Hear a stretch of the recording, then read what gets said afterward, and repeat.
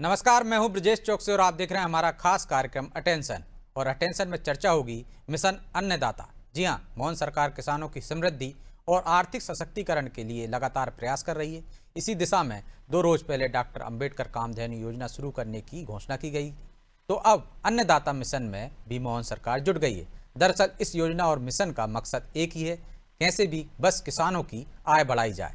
इधर कांग्रेस इन योजनाओं को अपने चश्मे से देख रही है, लेकिन सवाल यह है कि क्या मोहन का मिशन अन्नदाताओं की आर्थिक स्थिति में सुधार ला पाएगा और क्या इस मिशन के सियासी मायने भी हैं। आज चर्चा इन्हीं सवालों के आसपास करेंगे, लेकिन पहले देखिए ये रिपोर्ट।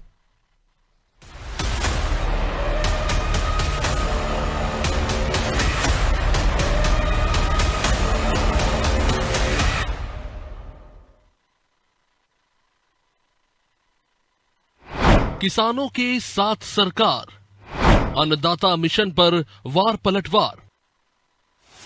किसानों के नाम पर अब राजनीति की जमीन पर सियासी फसल लहराने लगी है।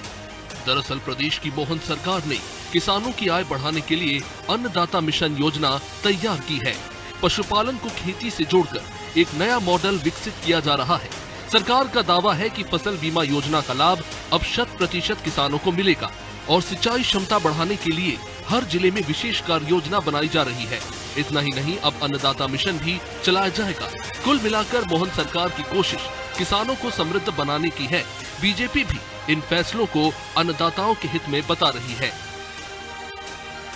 अन्नदाता के ऊपर हमने पूरी प्लानिंग की है कि अन्नदाता की आय कैसे बढ़े, अन्नदाता कैसे खेती के साथ साथ खेती से संबंधित और भी व्यवसाय कर सके। जैसे मैंने अभी बताया, दूध उत्पादन, मछली उत्पादन भी कर सकते हैं, रेशम उद्योग, इन सब को लेकर एक समेकित एक पॉलिसी बनाई है हमने कि किसान की आय बढ़ना चाहिए, ये हमारा लक्ष्य है। अभी हाल ही में सरकार ने डॉक्टर अंबेडकर कामधेनु योजना की घोषणा की, जिसके तहत ग्रामीण क्षेत्रों में पशुपालन को बढ़ावा देकर किसानों की आय में वृद्धि की बात कही जा रही है। लेकिन इन योजनाओं को कांग्रेस राजनीति के चश्मे से देख रही है। कांग्रेस इस पूरे मिशन को सिर्फ एक घोषणा अभियान बता रही है। कांग्रेस नेताओं का आरोप है कि केवल कागजों पर किसानों के लिए काम हो रहा है। और क्या कुछ कांग्रेस ने कहा, वो सुनिए।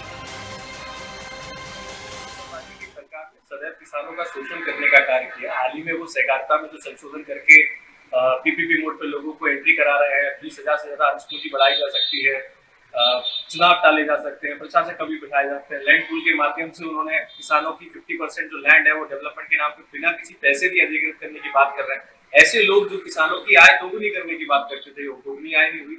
फसल बीमा किसानों को 2 साल में नहीं मिल रहा, 20 साल का फसल बीमा नहीं आया।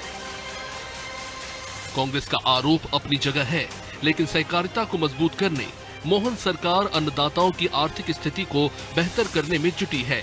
हालांकि विपक्ष की तीखी बयानबाजी के बीच सवाल ये है कि क्या वाकई ये मिशन किसानों के जीवन को बदल पाएंगे या फिर ये भी फाइलों तक सीमित रह जाएंगे। खैर, बीजेपी के लिए ये योजना किसानों के दिल में जगह बनाने में कितनी असरदार साबित होगी, ये तो वक्त ही बताएगा। ब्यूरो रिपोर्ट, अनादि टीवी।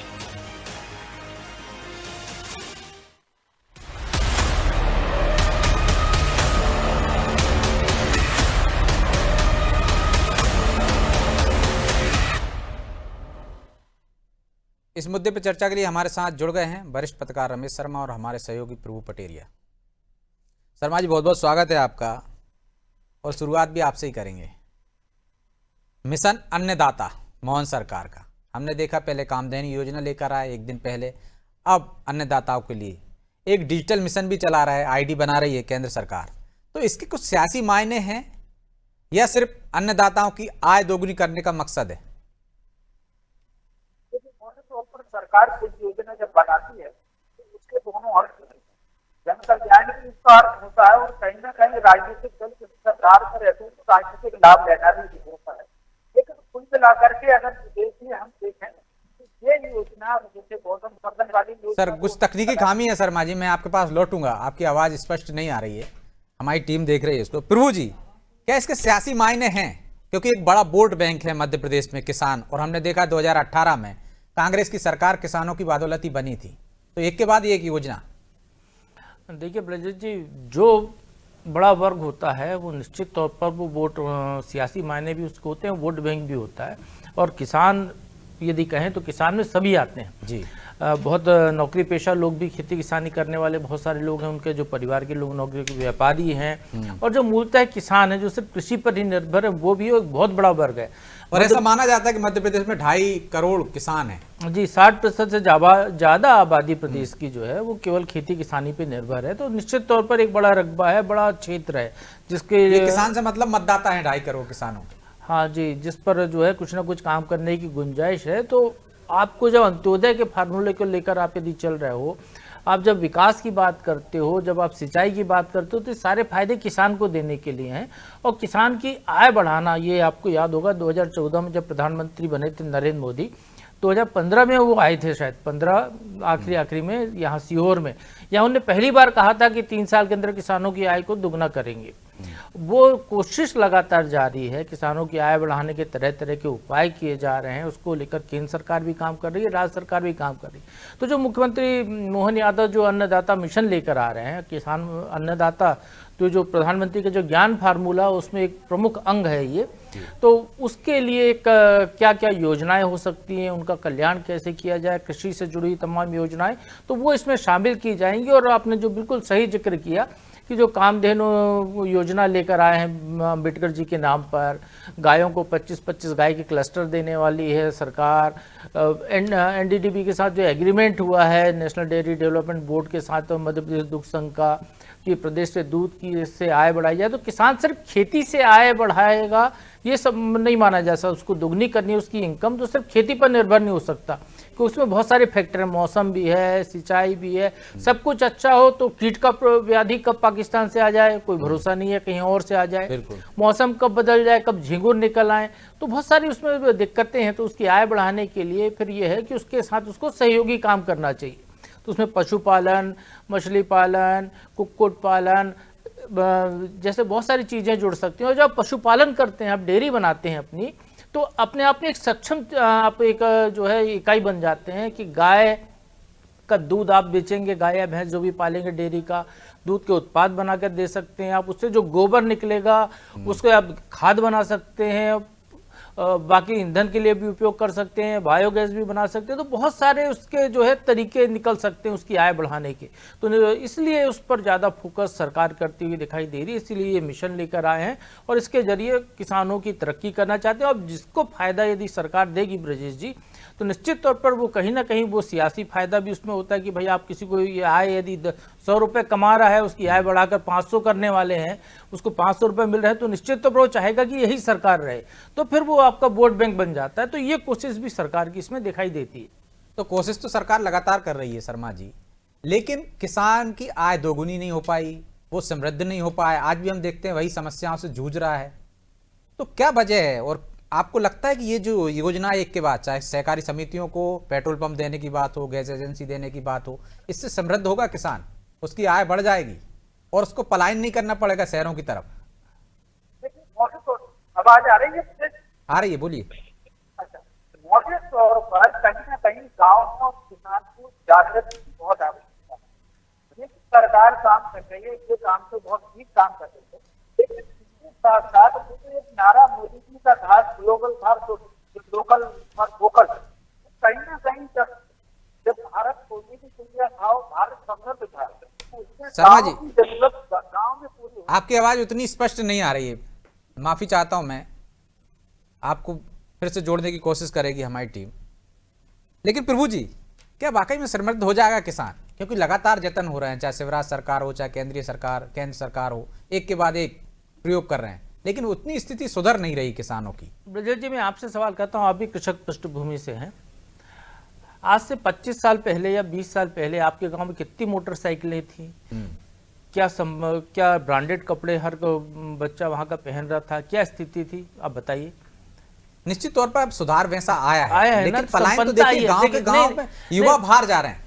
देखिए ब्रजेश जी, जो शिक्षित होगा तो उसके लिए गांव में तो आप जो है नौकरी नहीं दे सकते, तो उसके लिए वो बाहर का रास्ता चुनेगा अपनी योग्यता के हिसाब से। वो कृषक परिवार भी चाहते हैं ना, 4 बच्चे तो चाहता है एक खेती करे, 3 नौकरी करने चले जाएं या दूसरे काम करने चले जाएं। पहले ये होता था कि वो सब एक स्तर की शिक्षा होती थी उनकी, एक स्तर पर उनका रहन सहन होता था, इसलिए वो सारे का सारा पूरा परिवार गांव खेती में लगा रहता था।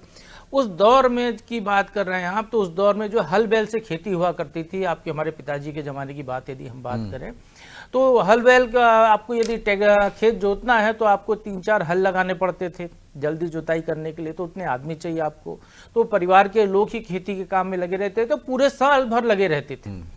अब एक ट्रैक्टर जो है 10 बैल जोड़ी का काम कर दे रहा है, वो 1 घंटे में खेत जोत के रख देता है, जो काम 4 दिन में होता था बैल जोड़ी से।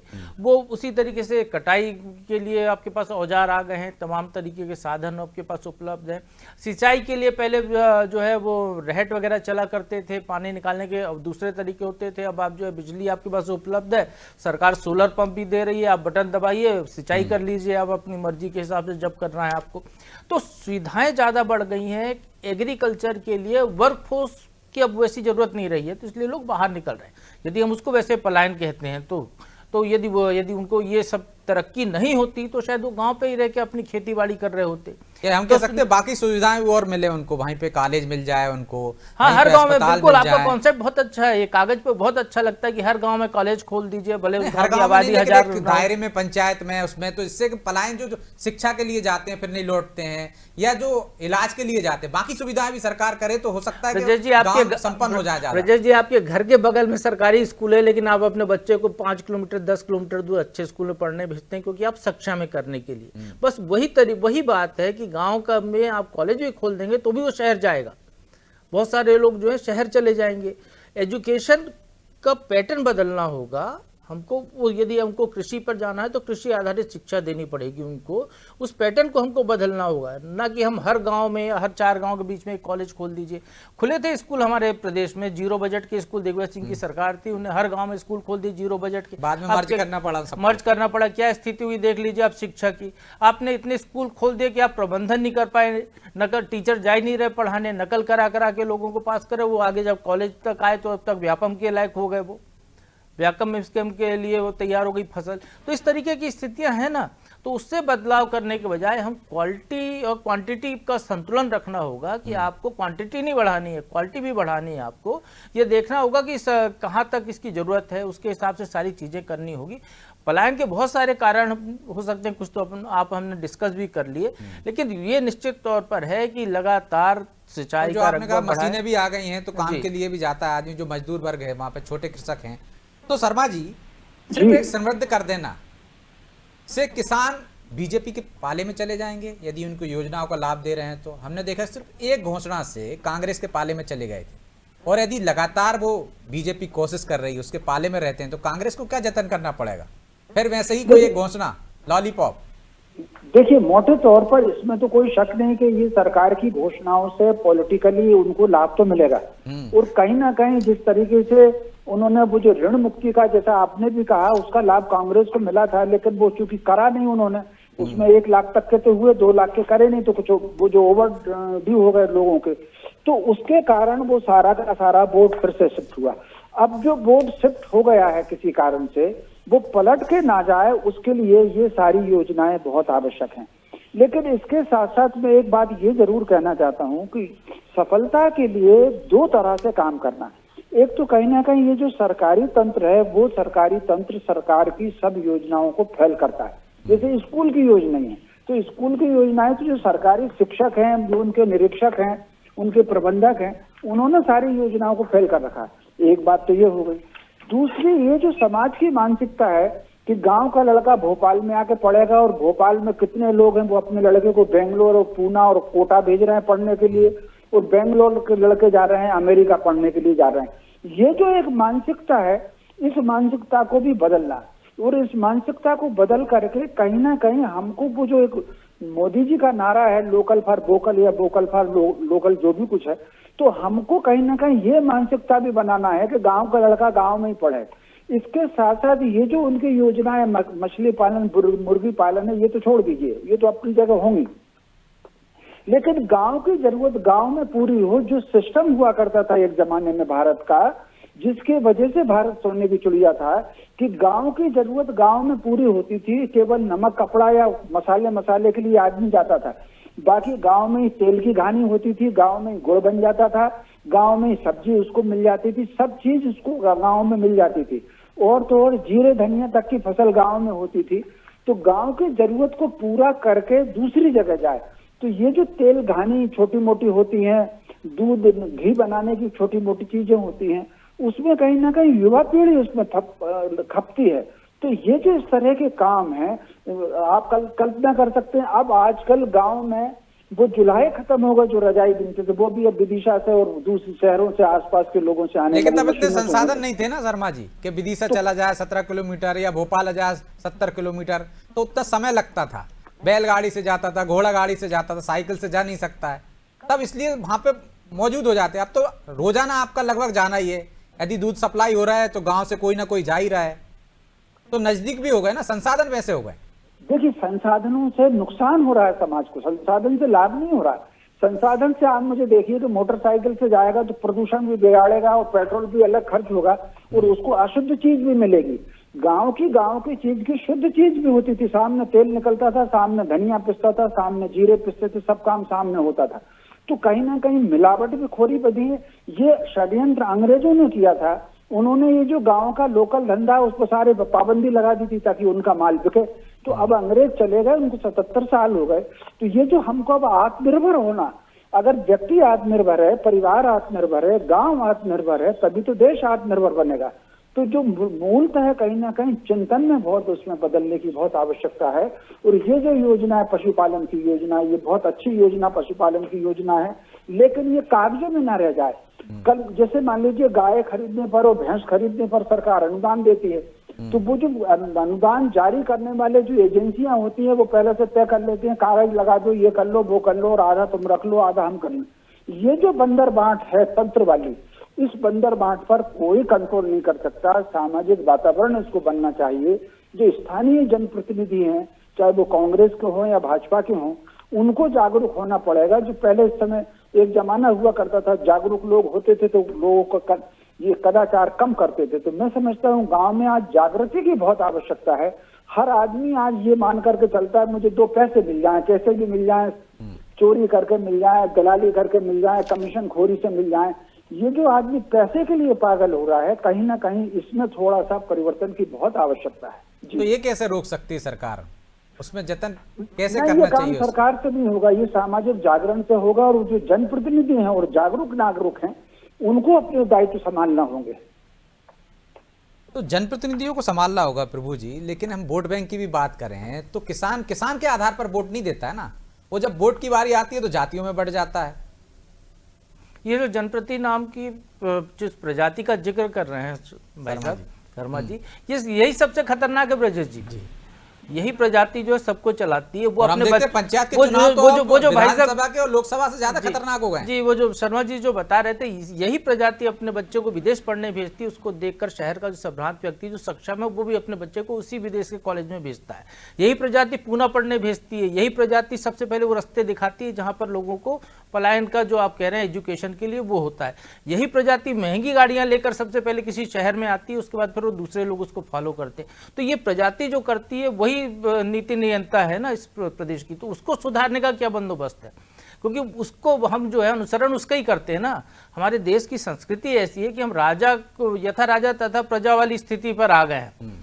तो वो जो है जैसा राजा चलता है वैसे प्रजा उसको फॉलो करने की कोशिश करती है। राजा जैसे चलाता है वैसे ही चलते हैं। आप वोट बैंक के लिए लाडली बहना योजना ले आए, आप वोट बैंक के लिए किसानों को जो है हर महीने जो है उनको राशि दे रहे हैं, आप किसानों को किसान सम्मान निधि दे रहे हैं। आप ये नहीं कह रहे हो कि उसको वैसा सक्षम बनाया जाए उसको कि वो अपने से उत्पादन करके वहां पर पहुंच जाए, लेकिन चीजों को हमने बदल दिया। आश्रित करने की जो प्रवृत्ति है वो ये प्रजाति करती है। इसको वोट बैंक चाहिए, इसको हर चीजों को वोट बैंक से तोड़ने की कोशिश करती है, किसी भी पार्टी की सरकार हो। तो इसको समझना सबसे जरूरी है। इसको तोड़ने का क्या तरीका होगा वो शायद अभी तक कोई तोड़ निकल नहीं सकता है। मुझे नहीं लगता कोई निकाल पाएगा, क्योंकि एक को आप खत्म करने की कोशिश करेंगे दूसरी आ जाएगी, वो भी ऐसी। अरविंद केजरीवाल इसका सबसे बड़ा उदाहरण है। तो इसलिए जो है भाई साहब जो कह रहे हैं समाज से बदलाव, लेकिन सबसे बड़ी दिक्कत यह है कि समाज में बदलाव कौन, तो सबसे बड़ी भूमिका निभाते हैं शिक्षक। और वही भ्रष्ट प्रजाति आ गई शिक्षकों की भी, यदि हम कहें तो, कि शिक्षक जो है उनकी भी भर्ती की प्रक्रिया बदल गई, उसमें भी भ्रष्टाचार होने लगा है। वो जो जिस तरीके से पहले शिक्षक ढंग से पढ़ाया करते थे वो स्थितियां नहीं है। तो पूरा सिस्टम कोलैप्स होता जा रहा है। यदि हम जिस सुधार की बात कर रहे हैं तो उसको बदलना है तो फिर उसके बहुत आमूलचूल परिवर्तन करना होगा। तो सीधे कह सकते हैं बिल्ली के गले में घंटी कौन बांधे शर्मा जी, क्योंकि जिन पर दामोदार है, जो नेतृत्व कर रहे हैं समाज का, वो ही सबसे ज्यादा गड़बड़ियां कर रहे हैं। तो सुधार कौन करे, कौन समाज सुधारक कहाँ से पैदा होंगे? देखिए, स्वाभाविक रूप से ये बात आपने बिल्कुल ठीक कहा, आदमी करना नहीं चाह रहा। मैं ये तो नहीं कहूंगा कि जो भी सरकार राजनेता होते हैं, कांग्रेस के हों या भाजपा के हों, वो गड़बड़ नहीं करते, वो गड़बड़ करते हैं। लेकिन उनसे ज्यादा गड़बड़ करने वाला ये जो तंत्र है, ये तंत्र सिखाता है विधायक को भी, तंत्र सिखाता है सरपंच को भी। कितने ऐसे उदाहरण होते हैं, सरपंच को कई वक्त पता ही नहीं होता और पूरी सरपंच की निधि कहीं कहीं चली जाती है। तो ये जो तंत्र है, जिस तंत्र के बारे में हर व्यक्ति ने दुख व्यक्त किया है, नेहरू जी ने भी दुख व्यक्त किया है, राजीव गांधी ने भी दुख व्यक्त किया है, मोदी जी दुख व्यक्त कर चुके, लेकिन उस तंत्र को केवल सुधारा ही नहीं जा सकता, क्योंकि वो तंत्र जो था वो अंग्रेजों का खड़ा किया हुआ था। केवल नाम ही उन्होंने कलेक्टर रखा था जो पैसे इकट्ठे करता था, 1 नंबर में भी करता था और 2 नंबर में भी करता था। तो नाम बदलने से समस्या का समाधान नहीं होता कि नाम आपने उसका जिलाध्यक्ष रख दिया या कुछ और, उसका डिस्ट्रिक्ट मजिस्ट्रेट रख दिया, कुछ और कर दिया।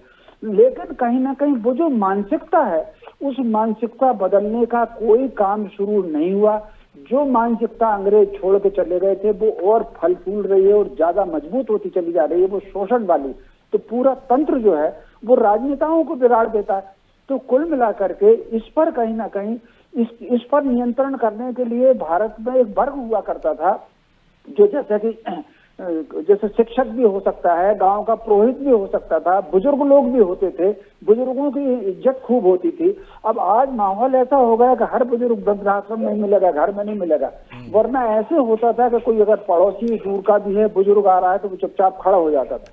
ये जो सारा लिहाज समाज का समाप्त हो गया, और ये जो लिहाज समाप्त हो जाने की वजह से कहीं ना कहीं स्वेच्छाचारिता बढ़ी है, स्वार्थ तत्परता बढ़ी है, व्यसन बढ़े हैं। आज गांव में शायद कोई ऐसा घर होगा जहां दारू पीने वाला लड़का नहीं मिलेगा। तो कुल मिलाकर के ये जो व्यसन बढ़े हैं, ये व्यसन सारे कदाचार की, सारे उसकी जड़ है। इसके लिए कहीं ना कहीं समाज के लोगों को आना होगा, और जो जनप्रतिनिधि भी, वो पंच हो, सरपंच हो, लोकल का व्यक्ति हो, जिसके मन में कुछ अच्छे भाव हैं, उसको सारी राजनीति, सारे लाभ हानि छोड़ करके कहीं ना कहीं ये सोच करके कि मुझे ईश्वर को मुंह दिखाना है, समाज सेवा में थोड़ी सी जागृति तो लाना होगी। तो निश्चित तौर पर समाज को आगे आना होगा, लेकिन अभी हमारे पास समय नहीं, इसलिए चर्चा को यहीं विराम देंगे। बहुत बहुत धन्यवाद शर्मा जी आपका। तो समाज को जागरूक करने की जरूरत है, तंत्र को सुधारने की जरूरत है। सरकार की योजनाएं बेहतर हैं, योजनाओं का क्रियान्वयन उस तरीके से नहीं होता जिस तरीके से तंत्र चाहता है या सरकार चाहती है। तंत्र अपनी मनमर्जी से करता है, लेकिन समाज में यदि जागरूकता आ जाए, वैसे शिक्षक आ जाएं जो पहले थे, और लोगों में एक शुद्धता आ जाए, तो निश्चित तौर पर ईमानदारी आ जाए, तो कुछ भला हो सकता है। लेकिन सरकार की कोशिश है, कुछ तो असर डाल ही रही है, धीरे ही धीरे सही अन्नदाता संपन्न होने की दिशा में बढ़ रहा है। बहरहाल अटेंशन में इतना ही, मुझे दीजिए इजाजत और आप देखते रहिए अनादि टीवी। नमस्कार।